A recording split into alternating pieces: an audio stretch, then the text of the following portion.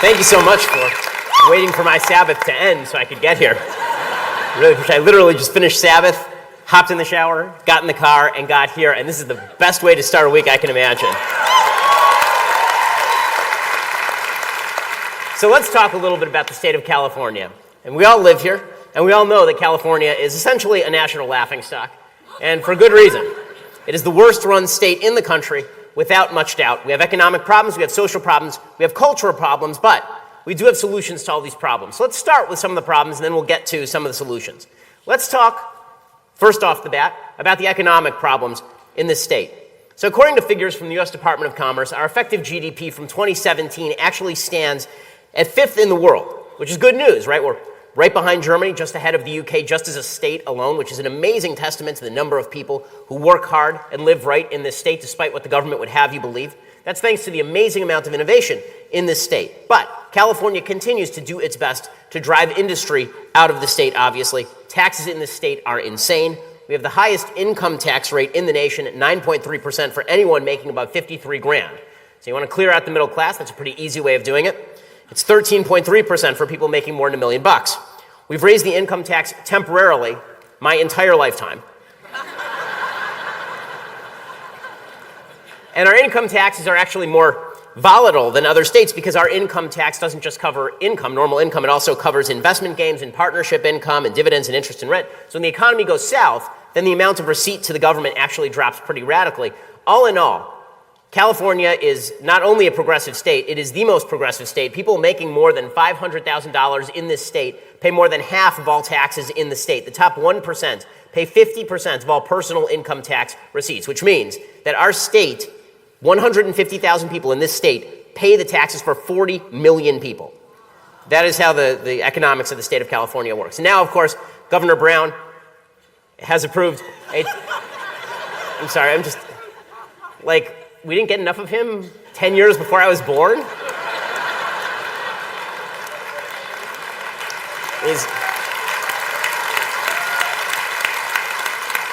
The state has so many new ideas. They were like, you know what would be a great idea? Let's bring back Jerry Brown.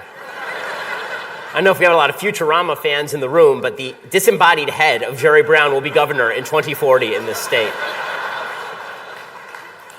Governor Brown has approved a 12-cent gas tax hike plus increases on the annual vehicle fee. Have you seen your infrastructure improving in this state? No. No one has ever seen a pothole filled in the state of California. We still don't have the proper infrastructure for ensuring water supply, which is great. We had this big drought, and then everybody was supposed to stop using sprinklers and stop taking showers. And so Jerry Brown, in response to that drought, instead of building new infrastructure, didn't do anything. And so that's great. We also have the highest statewide sales tax rate in the United States at 7.25%. The only saving grace in California is Prop 13, so naturally the left wants to destroy Prop 13. It's also not helping because even though our property taxes remain low in the state of California, rent control and regulations have made it almost impossible for middle-class people to live in this state. This state is bifurcating between people who are wealthy and people who are poor more than any other state in the nation. According to the U.S. Department of Housing and Urban Development, families in the Northern California counties of San Francisco, San Mateo, and Marin who make $117,000 a year are eligible to live in low-income housing projects. That's how crazy the rentals are in the state of California. California's median home value has increased by almost 80% to $550,000 since 2011, while half of renters are spending more than 30% of their income on housing, which is great for folks who bought homes 20 years ago. It's great for my parents.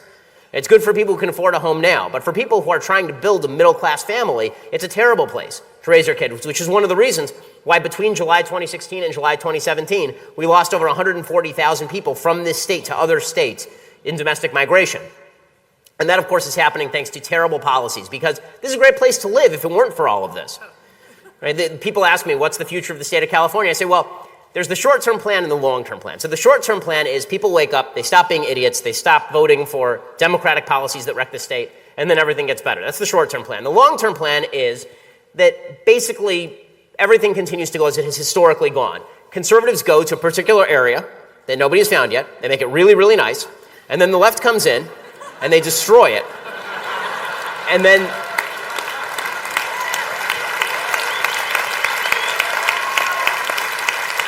conservatives move to another area, not quite as beautiful. And then the left figures out that they've destroyed the area they were in, and then they move like locusts upon the land. They move to the place where the conservatives are next. So they'll move to Texas, and they'll wreck Texas. And then conservatives say, okay, what's left? Like Wyoming? Okay, fine. And then they all move up to Wyoming, and they continue to make Wyoming awesome. And then the left follows them to Wyoming. The good news is, by this point, California has been completely abandoned. So then we just come right back in, take over Barbara Streisand's house, and we make the state great again.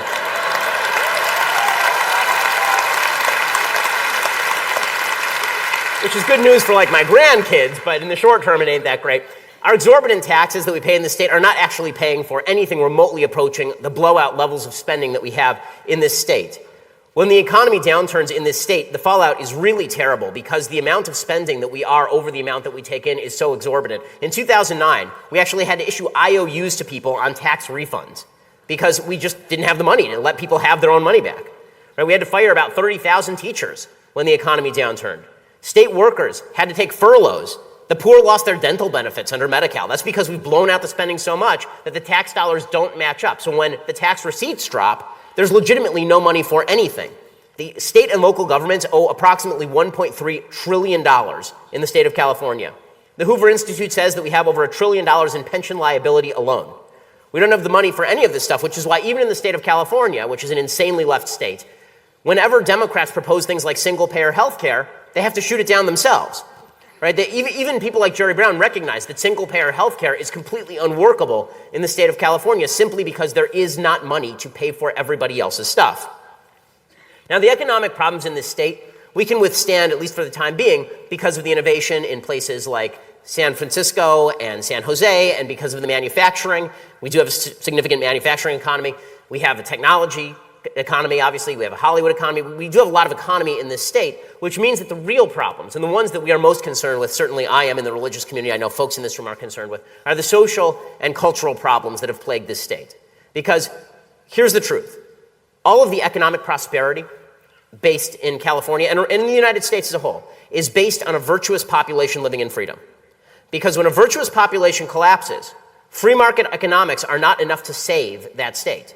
Because the next call is always what's going to fill the gap. If you don't have a virtuous population taking care of each other, the next thing is, okay, well, we need to blow out the spending to take care of each other, and then we need to tax to take care of each other. And then nobody wants to pay that tax, so they start avoiding the taxes. This is how you destroy a powerful economy.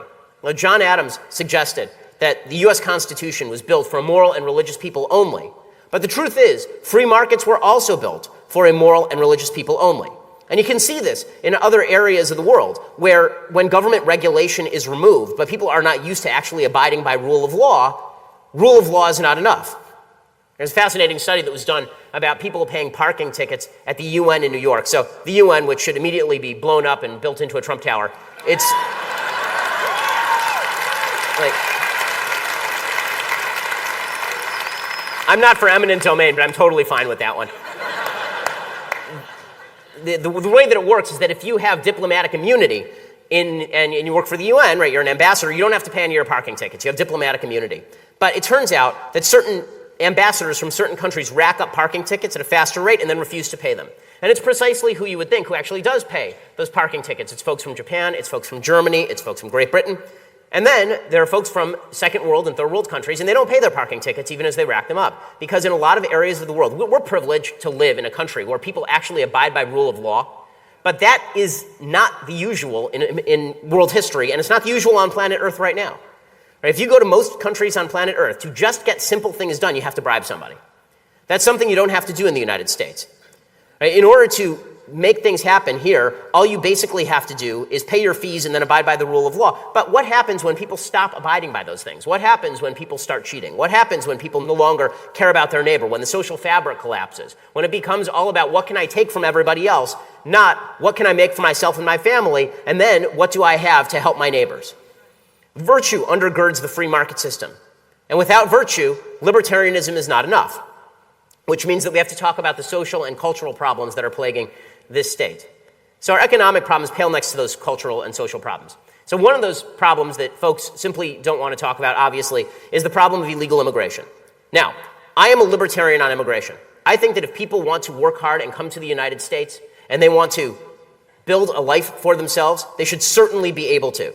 My ancestors came here in 1907, and they came here with nothing, and they didn't speak the language. They literally left all the property they had back in Lithuania, and they came here, and they were able to make something of themselves, because in a free market economy, in a free society, that's what happens.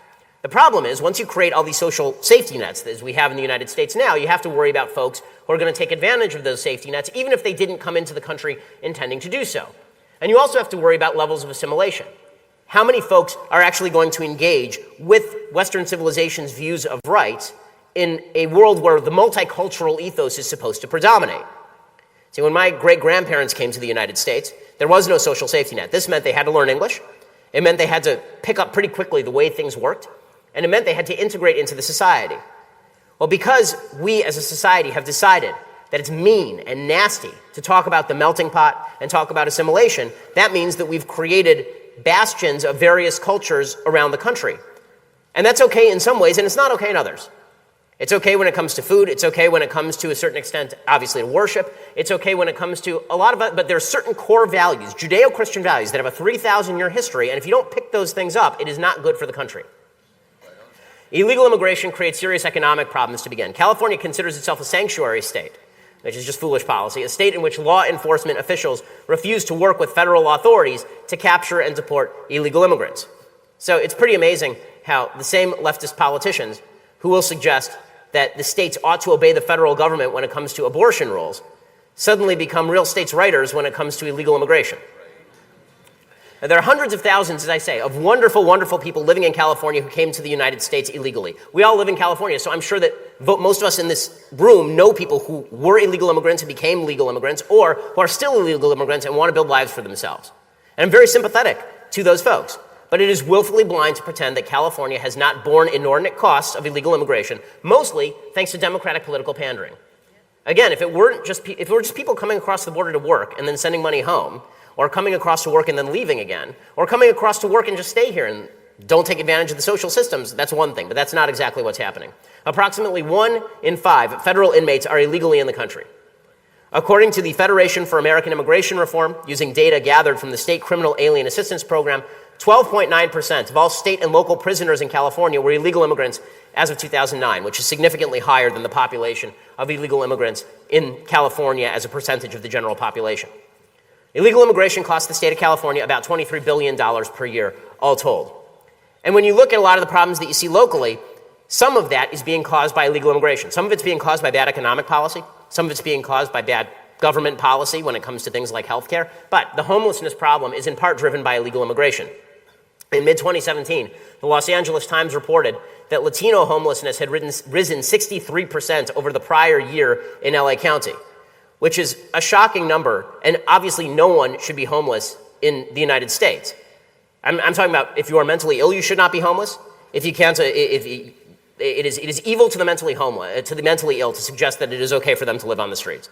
As someone whose grandfather was a schizophrenic, maybe bipolar, the idea that he would be living on the streets and that would be some sort of kindness is just insane. The mentally ill should not be living on the streets. People who don't have enough, there are people who are running soup kitchens and churches to make sure that folks can get off the streets, but it is also up to the government to make sure not to incentivize people to stay on the streets. And when it comes to illegal immigration creates an entire underclass of people who very often cannot get the necessities that they need, and so they're living on the street. A significant percentage of those homeless were illegally in the country, again, according to the LA Times. We know that illegal immigration comes with serious costs in terms of gang violence. Talk to anybody in the LAPD and they will tell you this. MS-13, which President Trump likes to talk about, is not, in fact, a myth. There are some 10,000 members in the United States. Last May, 21 members of the gang were arrested in LA. More than half of those were illegal immigrants. Okay, so there's a lot of problems with illegal immigration that we have to talk about. There's a lot of fallout from that as well. But that's just the start of the social problems, obviously. California has a significant crime problem. Right, back in 2014, nearly 60% of Californians, apparently high on the legal weed here, voted in favor of Proposition 47, which sought to thin out jails and prisons by downgrading many nonviolent, non-serious felonies to misdemeanors, which basically allows police departments across the state to claim that crime rates are going down when, in fact, crime rates are going up, which has been a serious problem for the LAPD for years. People misclassifying crimes, refusing to suggest that crimes are taking place when we know that crimes are taking place. Since Prop 47 went into effect, arrests across the state of California are down 30%. Violent crime in Los Angeles is up 40%. How lax are Democrats on crime and illegal immigration? Well, in March 2018, the Oakland mayor, Libby Schaaf, actually issued a public warning that ICE officers were operating in the area. She knew that ICE was there to try and capture folks who were illegal immigrants, many of them who'd committed crimes other than illegal immigration. And she issued a public warning to illegal immigrants saying ICE officials were operating in the area. Within a month, 3 went on to commit serious crimes, including robbery, drunken driving, and spousal abuse.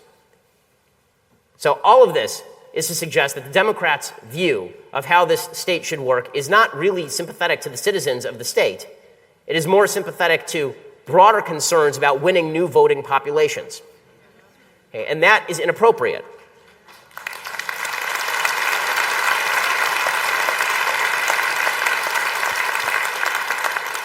And then we get to the deepest problem of all in the state of California, and that goes back to the lack of virtue that I talked about before.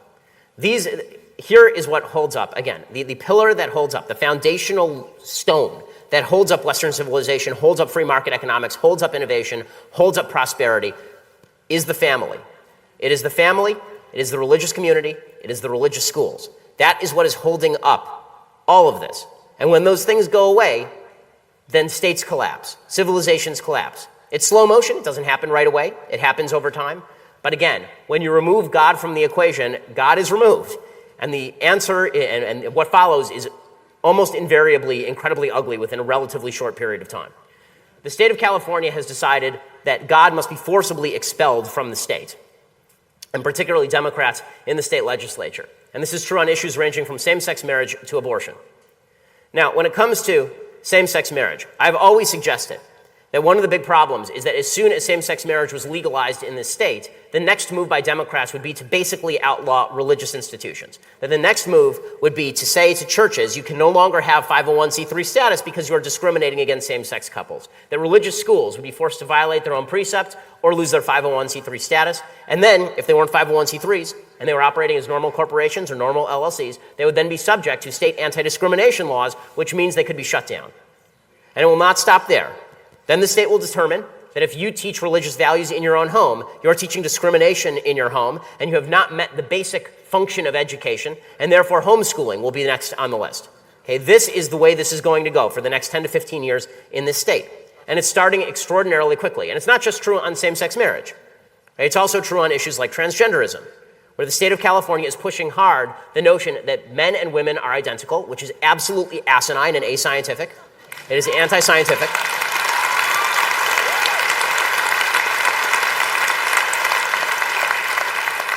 And there will be significant moves made in this state, because this state is wildly to the left, to start taking kids away from parents if the parents do not agree to go along with the mental disorders of their children.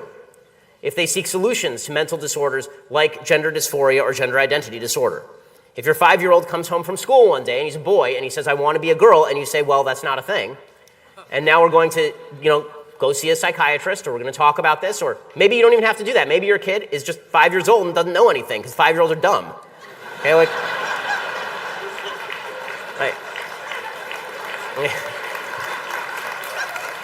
I mean, I speak as the father of a 4.5-year-old and a 2.5-year-old. Kids, like, when I say my 4.5-year-old daughter is really smart, I mean for a 4.5-year-old. I don't mean for like a 30-year-old, right? I wouldn't let her make financial decisions for our house. But this idea that I'm going to let a 2.5-year-old or a 4.5-year-old make a decision about gender before they even hit puberty, and that the solution to any of this is for them to mutilate their bodies, and that if I don't do that, the state is somehow going to step in and stop me. Okay, this is the kind of stuff that's going to drive every religious person in the state and every sane person in the state out of the state forthwith. Okay, but this is unfortunately what's being promulgated. So in June 2016, California Democrats actually proposed Senate Bill 1146. That would have prevented colleges from discriminating, as always under the rubric of anti-discrimination law, from discriminating based on gender expression, gender identity, and sexual orientation. Representative Ricardo Lara, who's one of the most radical members of the California Assembly, he said, these universities have a license to discriminate, and students have absolutely no recourse. Addressing this issue is long overdue. Now, if that had become law, then the next move would have been to shut down religious colleges. Because if a religious college said, listen, we're not interested in, it's a private women's college, we're not interested in a man who believes he's a woman coming to our private women's college, then they would have been sued by the state for discrimination and maybe shut down. Right? That is the next step. In 2017, Democrats proposed Assembly Bill 2943, which would have made it unlawful business practice. This one's insane, okay? This one came very, very close to passage. It would have made it unlawful business practice to engage in a transaction intended to result or that results in the sale or lease of goods or services to any consumer that advertise, offer to engage in, or do engage in sexual orientation change efforts with an individual. That term includes efforts to change behaviors or gender expressions. Okay, so let me explain what that means, because that's legalistic jargon. Okay, so putting on my lawyer hat for just 1 second, what that means is that if you publish an article, if this law had passed, if you published an article in the state of California that said a man cannot become a woman, you could have been prosecuted. If you distributed a book in the state of California, like a book that's kind of famous, right? Like the most sold and also stolen book in Western civilized history.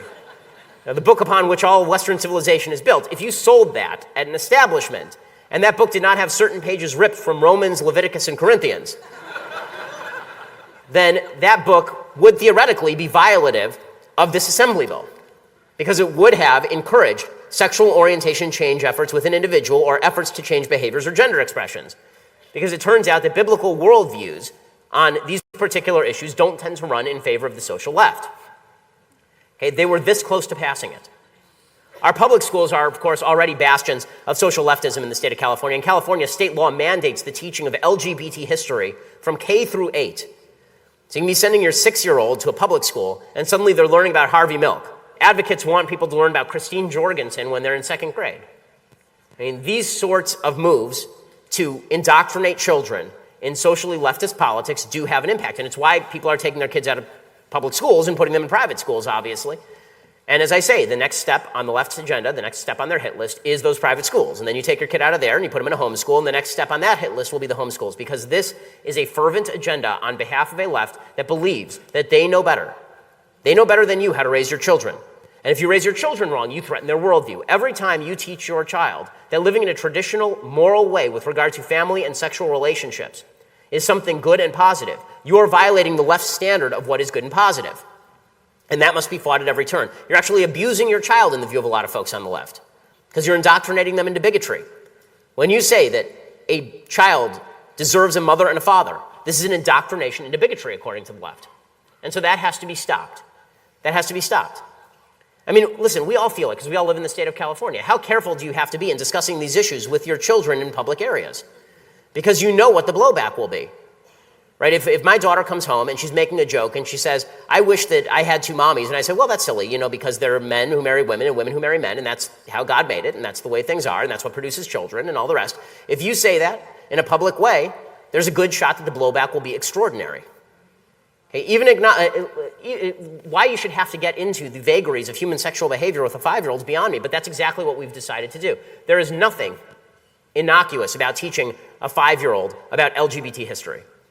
You shouldn't be teaching your 5-year-old about sex anyway, and there's no way to avoid teaching your 5-year-old about it if you're teaching this stuff.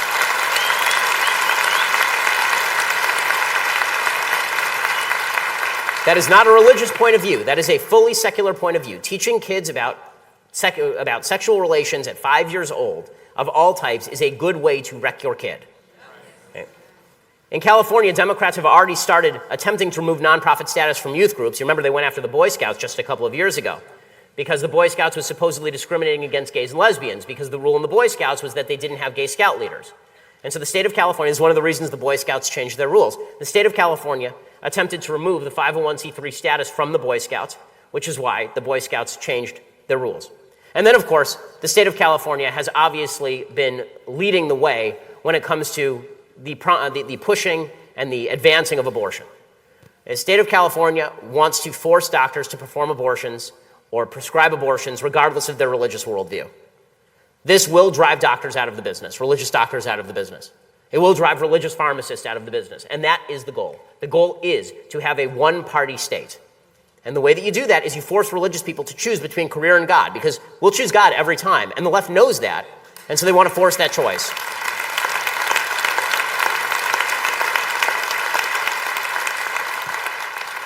The most cynical part about all of this, when you wrap all of it up into a ball, the most cynical part about all of this is when you see folks of the left, people like Nancy Pelosi. Right, I know. When you see folks like Nancy Pelosi citing the Bible to back all of this, when you see folks on the left, when you see President Obama say things like, well, when I look at the Bible and it says the least of these, what that means is we can kill babies, right?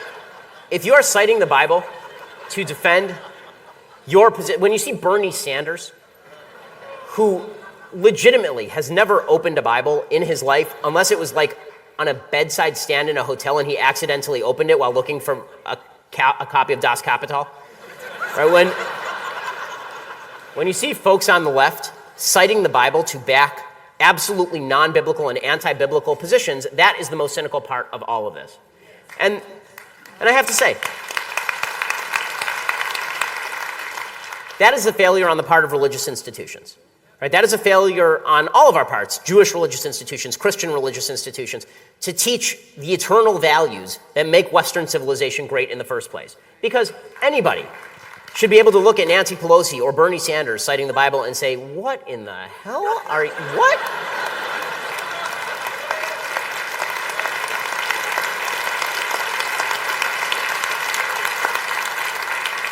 Losing the state of California for folks who had religious values and for folks who had traditional American values, because those two things are linked, right? American values were always backed by this history of Judeo-Christian values. The Enlightenment just didn't spring into being in the 1750s and 1760s. It was backed by a 2,500-year history of Judeo-Christian values springing from Sinai, carrying forward through the Sermon on the Mount, and then forward through time, through everyone from the Catholic Church to Calvin to Luther, all the way forward to the American founders, right? There is that backing. Without that backing, there is no Western civilization. Those values have been overturned, rooted out over time. And the result of that has been a generational shift in the state of California and in America as a whole, which means that it's going to take a generational change. Anybody who says that we're one snap of the fingers away from all of this changing is fibbing to you. We're not. Now, the truth is that there's a lot of sympathy for conservative positions in the state of California. People just don't know it, because the minute you say Republican, the Democrats have done such a great job of labeling everybody a Republican, racist, sexist, bigot, homophobe, that nobody actually listens to what the Republican Party has to say anymore. But there is actual support for a lot of conservative positions. So, for example, there's an April 2018 poll from the Haas Institute. It found that 70% of Californians agreed that immigrants strengthen America, but 59% also backed an increase in deportations, which are both positions that are perfectly consonant, right?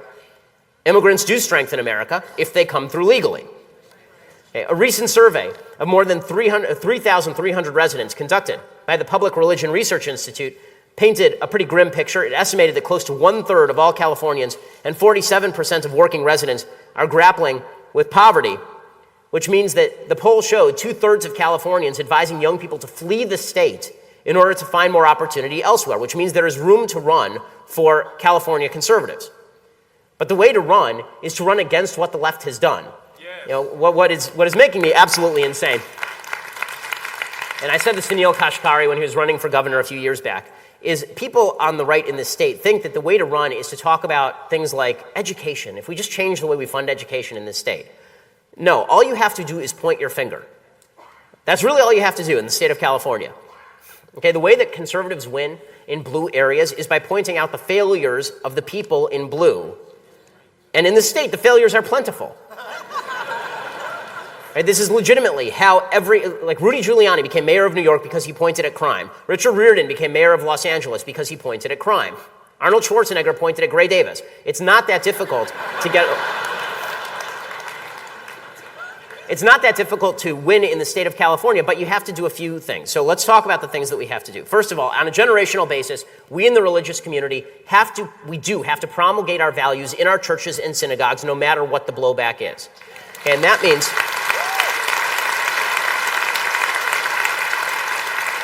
It means that when pastors and priests and rabbis get up there and they serve up warmed over mush about togetherness and how we're going to play guitar and have pizza afterward, and they don't say a word about the eternal, important values, even the divisive ones, that are present in the Bible, they are doing a grave disservice to both the Bible and their own constituents.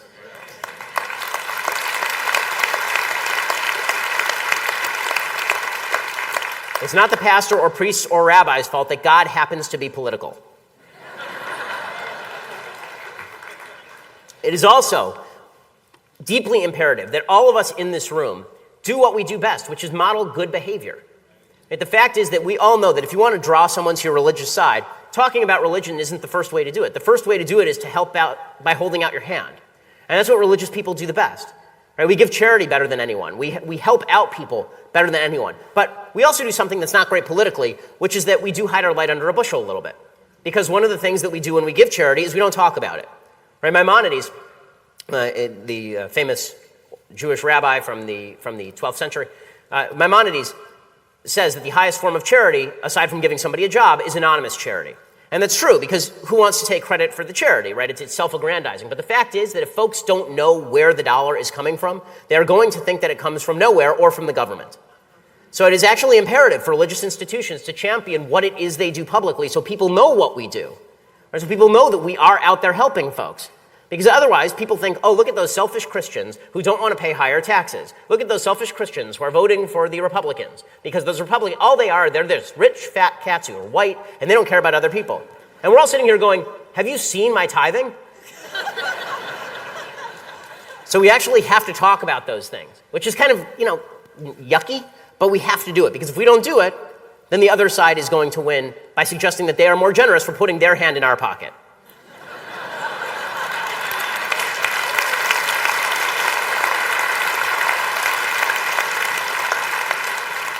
We also have to forcibly fight back against charges of bigotry. So as I say, I think that the key argument that folks on the left make that is the most effective is they suggest that everybody on the right is a terrible, horrible, no good, very bad person. It's character attacks. It's not about policy.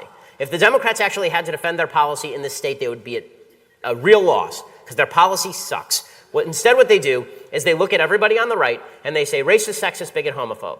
And this requires some things of us. Number one, it requires us to remind folks that the strength of diversity can only be had when everybody does have a common goal. And that common goal can only be had when we share a common set of values. And that common set of values historically has been rooted in the eternal values that we've been talking about. Right? Diversity is wonderful in the context of those shared values. Outside those shared values, it's fragmenting. Okay, it's not me saying that. It's Robert Putnam, leftist sociology professor from Harvard. He said, when you see the diversity of a census tract rise, the only two things that rise along with it are TV watching and protest marches. But he said that's not true when he goes to church. When you go to church, then diversity is great because everybody is there and they bring all of their different cultures and all of their different ethnicities and all of their different histories and experiences to bear, but they're all praying to the same God and they're all championing the same values. Right? The folks who are praying together don't care what color the other guy's skin is. And that's something that we all ought to be showing.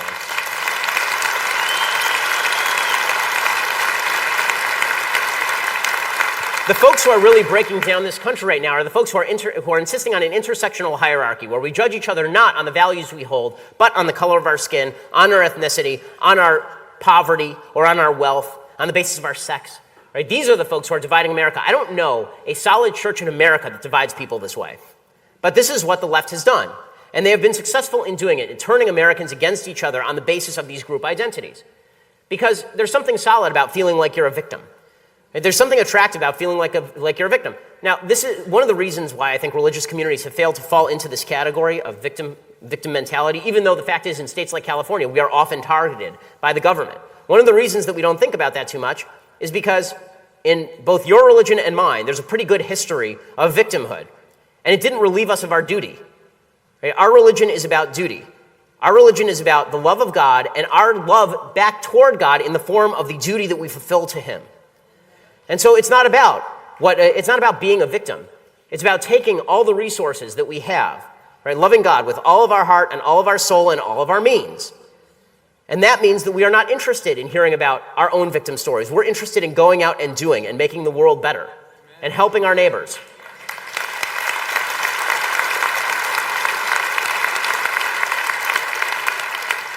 It also means being honest. And this is something that's very difficult in a polarized political environment. It really is. Now, I love a lot of President Trump's policies. I do. I think that President Trump has governed way more conservative than I ever thought he was going to be completely honest with you. I wish I were as wrong about President Trump on that, on everything else as I was about President Trump on that. Right? I did not think President Trump was going to govern conservatively. That was wrong. Obviously, he's governed very conservatively. But the president has made our argument more difficult when his face opens.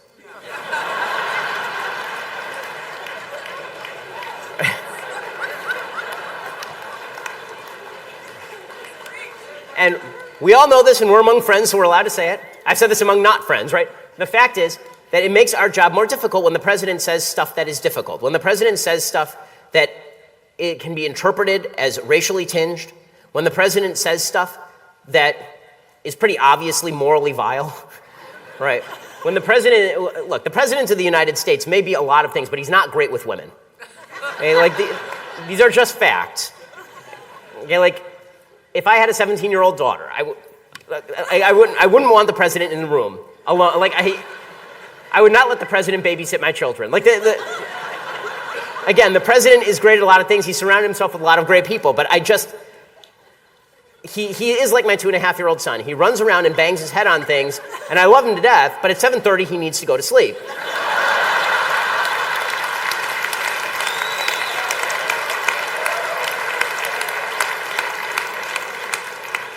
Now, the reason that I say this is not because, it's hard to make jokes about the president. Obviously, it's not. The reason that I say this is because when you're talking to folks who are moderate or on the left, if you look like a lackey for the president of the United States or anyone who is not God, basically, you get yourself into trouble. And when it looks like you're willing to subsume your own values out of political loyalty to anyone, it's a problem too. You can do two things can be true at once. You can like what he's doing as president. You can have voted for him in 2016. You can plan to vote for him in 2020. And also, when he says bad things, they are bad things. Yeah. And that's what's going to earn all of us credibility with all of the folks in the middle and on the left, because people sense dishonesty, right? People sense dishonesty, and it seems dishonest.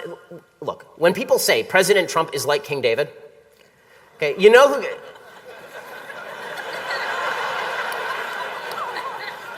First of all, King David wrote the Psalms. Donald Trump did not even write The Art of the Deal. But beyond that, when we say when pastors say President Trump is like King David, everyone looks at that and laughs because it's a silly thing to say. Okay, the fact is that God gets to decide whether President Trump is like King David. It is our job to be Nathan. When King David decided that it was a good idea to strip another dude's wife and then send him off to battle to get killed on the front lines, Nathan the prophet came in and read him the riot act and threatened to take the kingship from him.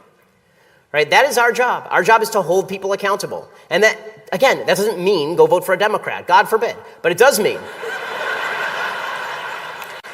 that honesty is the best policy when it comes to this stuff, and this is particularly true among young people. Okay, I spend most of my time talking to young people. I have about 1 million listeners a day, 1 million downloads a day on our podcast, which, when you measure it out, is a talk radio audience that is actually larger than the biggest talk radio shows in the country. 70% of the people who listen to my show are under the age of 35.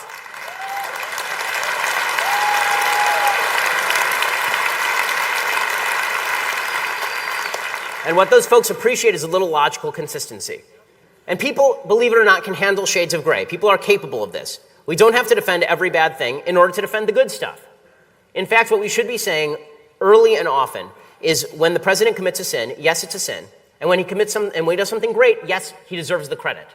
Because if we don't do that, we're not being honest. And we're not being, frankly, I think, sufficiently religious. Because I think that God can choose any number of tools at his disposal. I don't think that God does not require us to abandon our own ideology, philosophy, and morals at the door in order to back any sort of statement or policy that is bad. God expects of us to do the right thing. And then God uses who he wants as a tool.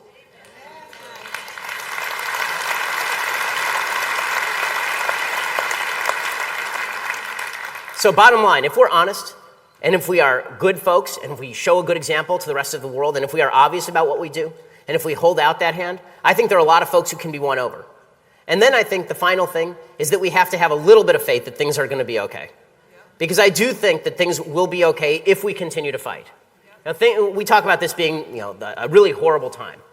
Okay, this is not a really horrible time. Okay, if you want to talk about horrible times in American history, okay, this one does not even rank in the top 10.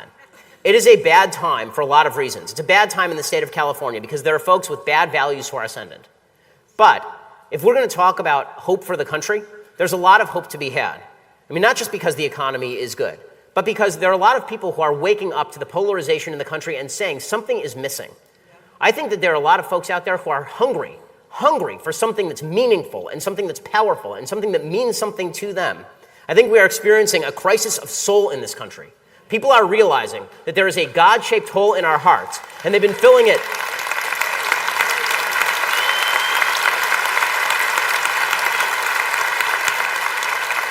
And they've been filling that God-shaped hole with political partisanship and hatred and rage. And they've been filling it with government policy. But in the end, it's all empty. And people know that. People know that without God, they can't find that central meaning that they are lacking. That without the idea that there is a creator of the universe standing behind a logical system capable of our understanding and exploration, there's no reason to go out and explore. They understand that what makes the adventure meaningful is building families that are directed towards something that lasts beyond you. Right? That if we spend all the money in our pocket and then all the money of our kids, that means something. Now, John Maynard Keynes, the famous economist who is obviously responsible for a lot of Franklin Roosevelt's policies, his statement was at one point, who cares about the long run? Or this is a paraphrase. In the long run, we're all dead.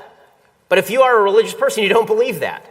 If you're a religious person, not only do you believe that you're not dead in the long run, you also believe certainly, whatever you believe about the afterlife, that what lives on in your children is what is important. And that it is our job to bring up our children to be a link in the chain of history that leads from Sinai, again, through the Sermon on the Mount, through the founding, and to a future that will be brighter than anything that I think we can possibly imagine.